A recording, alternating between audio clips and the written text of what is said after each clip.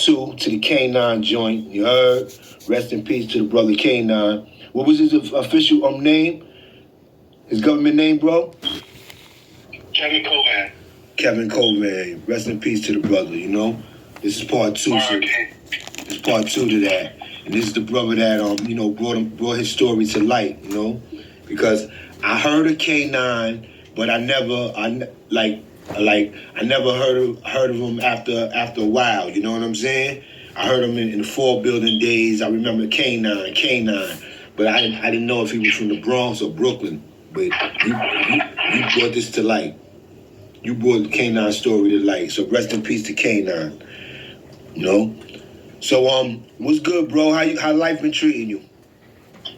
Maintaining, man. Just getting over this little cold we had as a family, but other than that, we're up and running now. Thanks for asking. How about you? How's everything on your end? Same thing. We getting over this cold thing too with the family, you know. So everything besides that, everything is good, you know. You heard? Yeah. Now that the world is opened up full time, now everybody's intermingling. So all these little viruses that were tucked away during the pandemic are fucking resurfacing its head to the population. So now we're all getting sick and getting over it. But as long as we're beating it, we're all good. Yes, man. Yes. You heard? So it's been a minute, man. Been a minute. Last time we was talking, we talked about K9. Now this is part 2 to that, man. And last time you ended at Murder Mall 9, the Brooklyn side. You was in there with Rumble and before Green Mall. You know what I'm saying? So how was that? You know, yeah. you said that was cool. It wasn't all that violence like you heard that was going on like after that. Yeah, Mall 9 was, like you mentioned, Fort Greene cats were running it. The cats that I remember who were holding the house down for Mall 9, then this is the summer of 1990. Not specific of the actual day or month, but definitely the general summer time environment. Lil Rumble was in that house. You had a dude named Mo. I think a dude named Hook Off, possibly. It was a DCEP house. Mm-hmm. At least that's what it appeared to dudes who were coming in at the moment. Some official cats there. Can't even front. And when I say official, I'm not meaning dudes that put work in. I'm talking about how dudes treat people. They weren't into bullying cats. They weren't into disrespecting people the way they speak to people. They spoke to people like a man on man-to-man shit. You know what I'm saying? Exactly. They weren't violent like that. They ran a nice fucking calm house. Can't even front. Of course, they had the phones. They had the phones. But they allowed cats to use the phones. Like anytime after 6. You had to get, clearance to jump on the jack. But other than that, if the receiver was hanging or if no one was on the phone, you ask cats, yo, who's on the phone? No one says anything. It was common for people to just jump on the phone because the cats that were holding the house, they lived in the front of the house, right by where the phones are. So if you're there and the phone is empty, you just look over to their beds. They're all sitting right there. I'm jumping on. And if they didn't say anything, you were good to go. You know what I'm saying? The house was, they ran the house the way it should be ran. Mm-hmm. People didn't feel scared. People didn't feel threatened. Everybody was on some peaceful shit during their time. But, there are moments where, shit got to turn up. And, I'll share a story with you about something that happened that connects K9 to Mark 9. All right. So there was this cat from up north. He was sent back down to the island because I guess he was fighting some charges. Mm-hmm. And this dude was, trying to round up some cats to take the phones, to take the house. A lot of the cats that were there before he got there, like we weren't feeling that. He was trying to drum up some support type shit. You know what I'm saying? So we didn't like that because you already hear the stories of dudes coming from up top, coming back down, and the first thing they want to do is try to fucking debo cats. You know what I'm saying? They feel like because they a little bit, they could come back down and then start trying to take advantage of the cats that are going through their own, process and fighting their cases. So dudes weren't feeling that. Dudes were just like, ignoring him type shit. But I can't front. Dude took the receiver and wanted to dead the phone. All right. So this one day, this dude named Mo comes to me. He's like, "Yo, I heard you got something." I'm like, "You heard I got what?" He was like, "Yo, I heard you got a razor on you, and I need for you to let me hold that." I'm like, "Why you need for me to let you hold that?" At first I said, "Who told you that? You ain't gonna hold nothing until you tell me who told you that." So he winds up telling me who shared that information with him. A mutual person we knew. He goes, "Yo, this dude from up north, he's over here. He started some shit, and we're about to fucking bring the pain to him. And I know you got some shit, and I need your shit because I ain't got no shit." And then he starts to barter with me. "Yo, I'll give you this. I'll give you that. I'll give you, phone time. I'll give you this." Bartering means when someone trades something for something. I'll give you this, and then you give me that. So he was trying to barter with me. But at that point, I was already fighting my case. My case was starting to wind down. My next court date, I was being sentenced, so I was out. And plus, they're about to touch this dude from up north, so kind of gives a reason to lend him this shit. So I'm like, all right, bet. I can remember if I gave him half my razor, because I had two razors, and I think I made him busted one and a half and gave him a half. So I give him the razor, whatever. They do what they do. This dude from up north starts shaking the house up. He wants the phone. Takes the receiver, has his coat, puts his hoodie on, and he's ready to fight. That's how dudes were preparing for war then. You put a coat on, you put a hoodie on, so cats can't touch you if they're going to poke you or if they're going to slice you. Kind of gives some sort of like protection. Kind of like the fucking, what do you call it? Like a bulletproof vest in jail type shit. You know what I'm saying? So not to cut you off. So Mo and Rumble had the phones, and some dude from up north came, and he was trying to debo one of the phones, or both of the phones. He wanted slot time. All right. I remember him making a fuss about slot time. So he wasn't from Brooklyn. They wasn't trying to give him no slot time, or he was trying to debo everybody's slot time.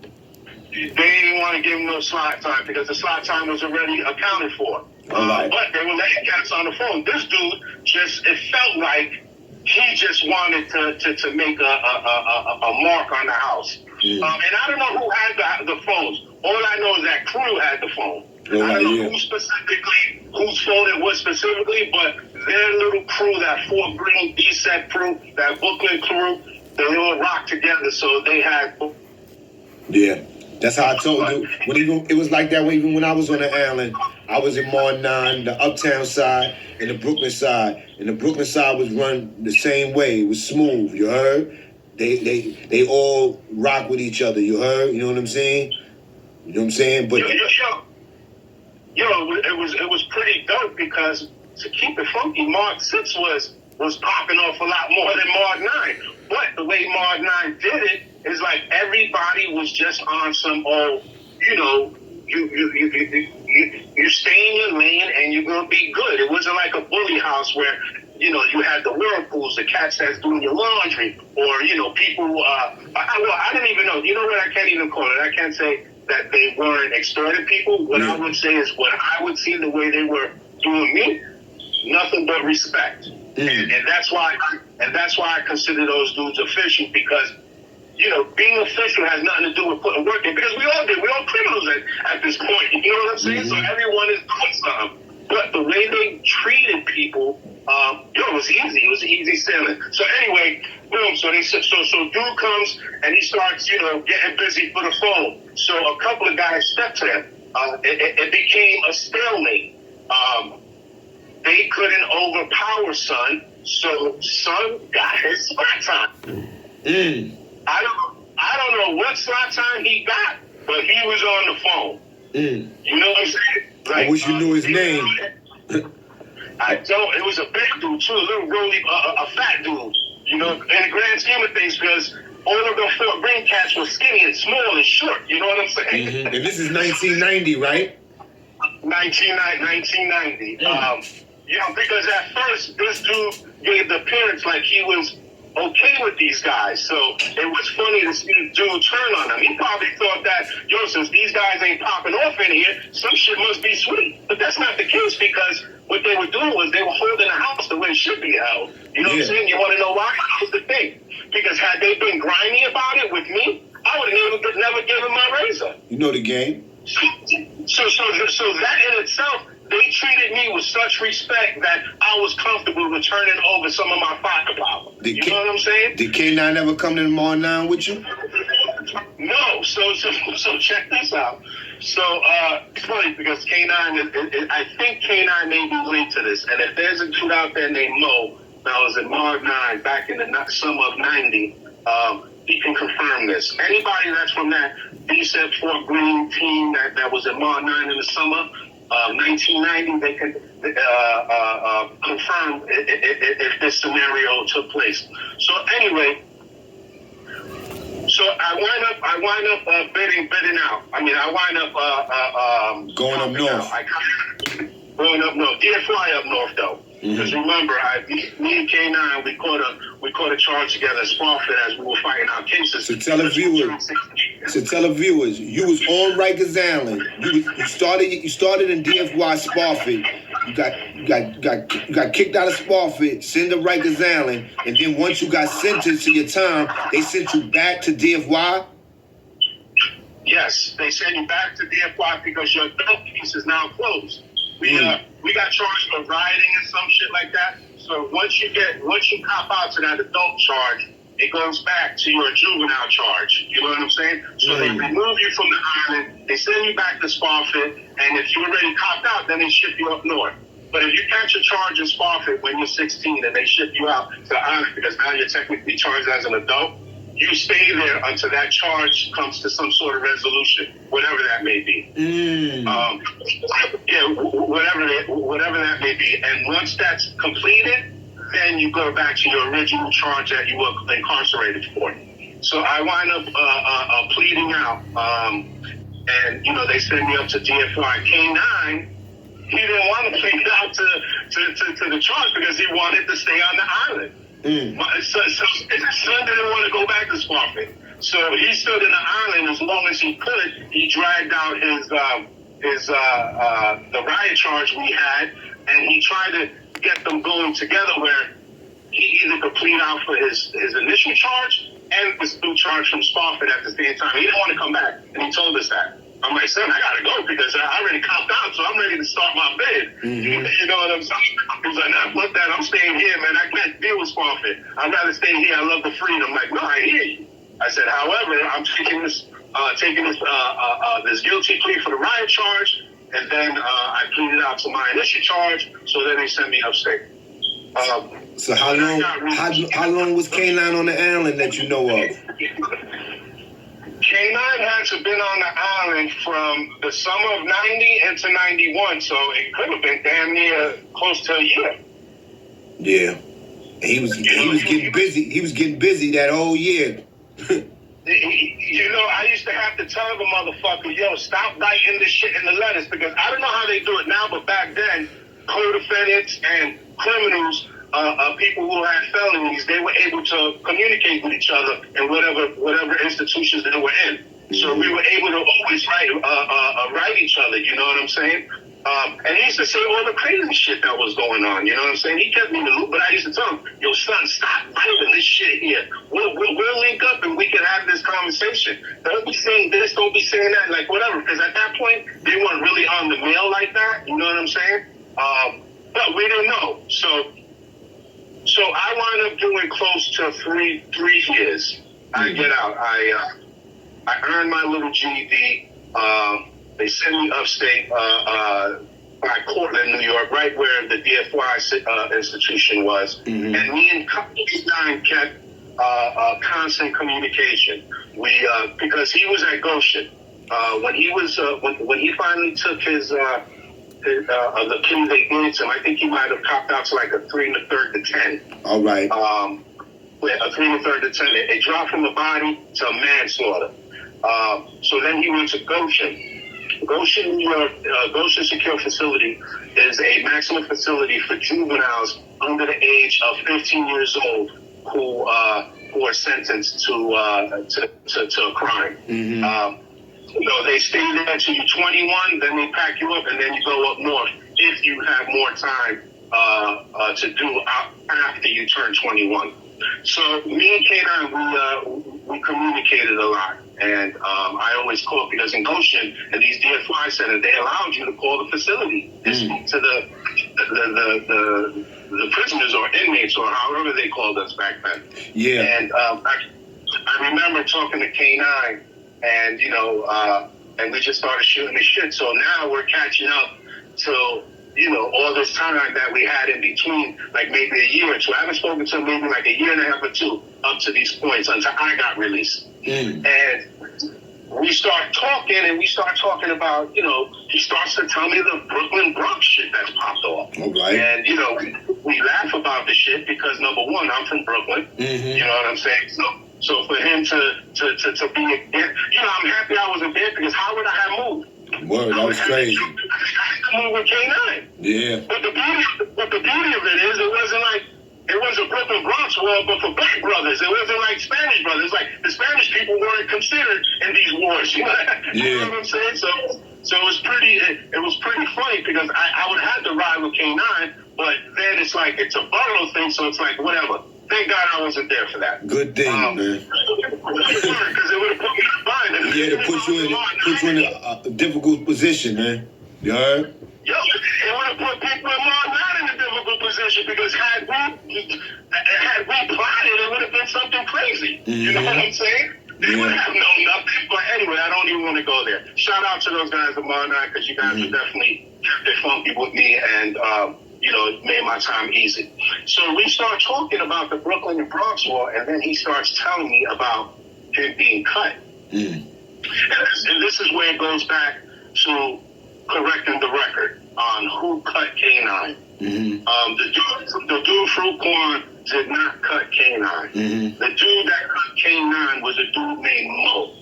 I don't know, and this is the funny ill shit, I don't know if it's the Mo that I gave a razor to when he asked me that cut K9, or if it was a different Mo. But the funny shit is me and K9 would laugh at it because I'm like, yo, the motherfucker who blasted you could have blasted you with my razor.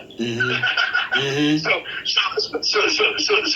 the irony is the way K9 is connected to Mar 9, I believe, and they can, do more. If you're out there, shout out to you. You were a solid cat with me. I don't care how you were with anyone else, but with me, you were solid. But correct. But to this story, let us know if you are the Mo that cut K9. True Quan did not cut K9.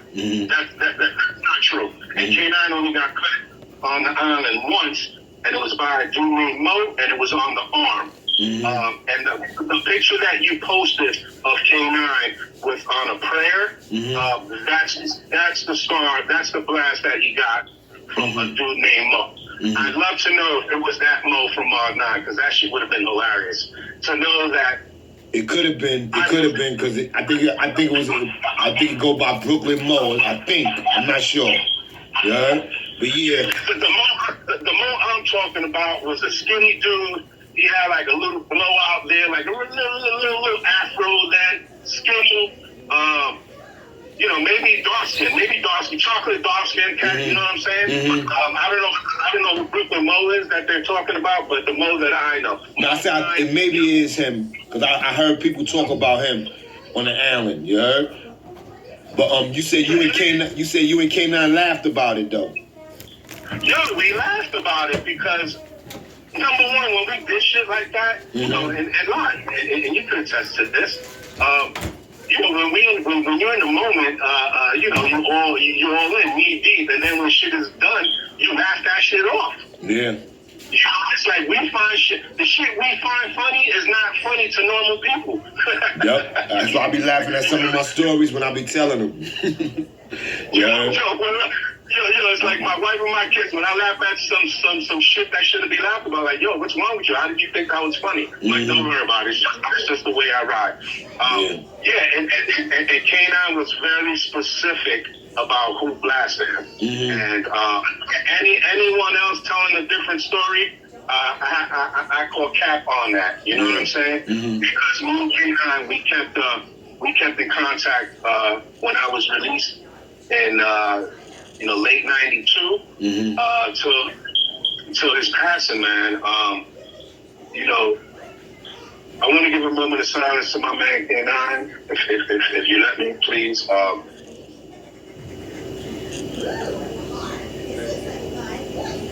Shit just made me a little emotional because K9 was a solid dude. He was supposed to come up. After I left BFY, I got my GED there, and the staff there did not want me to come to the city. They was pushing me to stay upstate. And the part of upstate where we were at, it was a college town. There was a lot of colleges over there. There was Ithaca College, there was Portland State University, there was Cornell. So there was a population of people my age. I was just turning 18 at that point, so I was kind of starting college on time.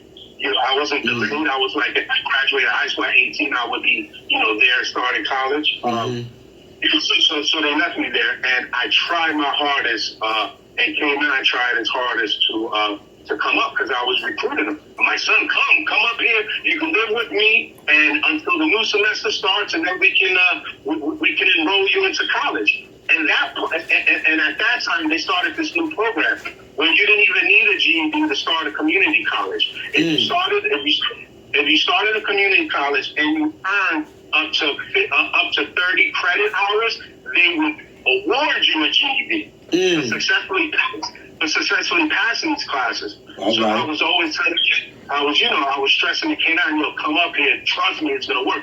It's like, man, how is it gonna work? I don't have money. And I would tell them that's what I used to say. But there's financial aid for people like us. We're considered ward of the court, ward of the state. We earn the state time, so we'll be able to get tuition for free. We'll get grants. They'll give us housing, everything. But at that point, when K9 came home, he still had one foot in the street, and he was beginning to start working in the music industry. And he was trying to balance both, and I think that's where his challenges began with running on some hard times. With that, he had created a family at a young age. Shout out to his kids. He has some kids. He lost one of his partners. He lost a child of his. K9 ran through some rough times, man. After he got out of jail. He tried to keep it on the straight and narrow, but the forces just kept pulling him back into the negativity. I started thinking about him and I get a little choked up. He started to just not give a fuck at a certain point. This is like through his 30s, and then when he started to flip 40s, he started to think that he needed to turn his life around, so he started to do a lot of charity events. He started to, feed the homeless people. He started finding faith, but yet, all his challenges that led up to his passing was just too much for him, to a point where, his physical health took such a toll on him that, was ultimately the reason of his passing. You know what I'm saying? And with that, I want to end on this, unless you have any other questions that I forgot.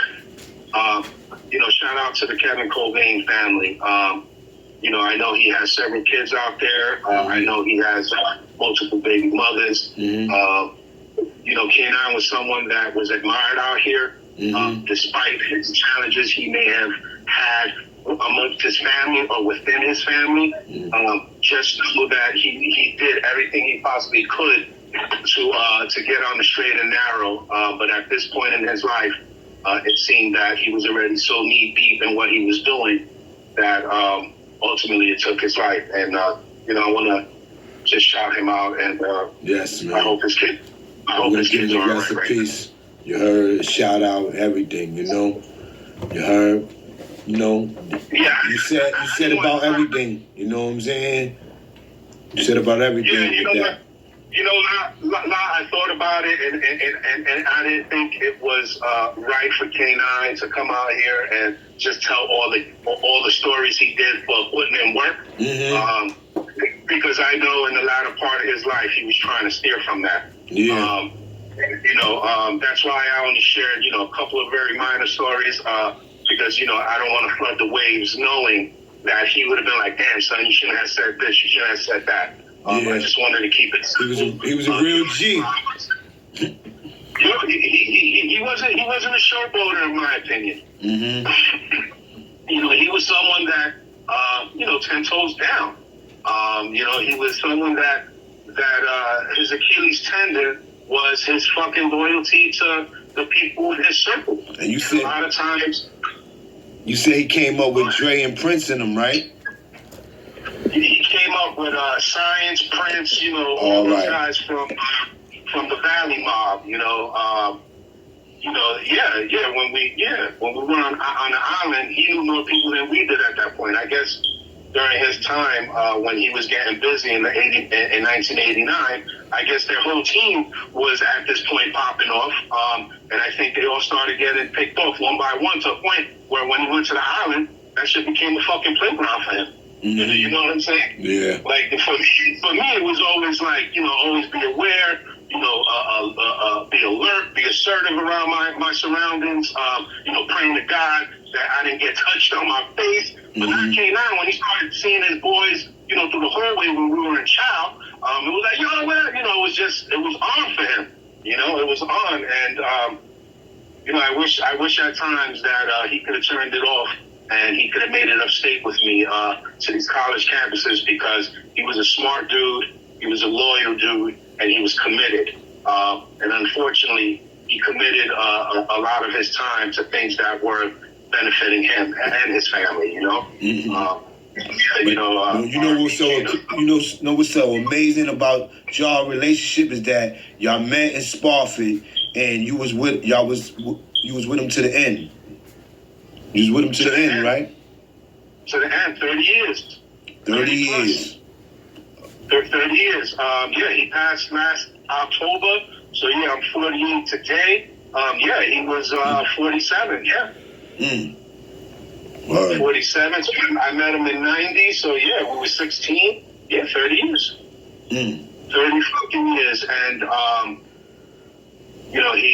he struggled, man. He struggled the last part with health. He became a big dude, and for someone that wasn't a big dude as he was most of his life, that shit can weigh on you. You could contract a lot of disease in its form, whether it's diabetes, whether it's high blood pressure, whether it's just anything that can fuck you up when you're not healthy. And this is a learning lesson to people too. We're midlife now. Fellas, all you guys out there from 1990 that were getting it on the island, keep your health intact, man, because we're not young anymore, and we can't live the way we lived. And at any given time, we can eat the wrong thing, smoke the wrong thing, bend the wrong way, and that could be a fucking death sentence. So shout out to everybody who are at least in their midlife right now. Keep it solid with the way you're moving. Get your rest. Get your health right. Because we're only getting older. Word. So shout out to rest in peace to K9. A big salute. Yeah, shout out to his, God bless his family, his kids, his family. You know what I'm saying? That's living. And shout out to the Valley Mob, Eden Wall, all that up there. You heard? Because I heard K9 used to run through all that. No? Yeah, long live K9, man. Word. One. You heard it. El Famous on the check-in, on the check-out. Let's get it.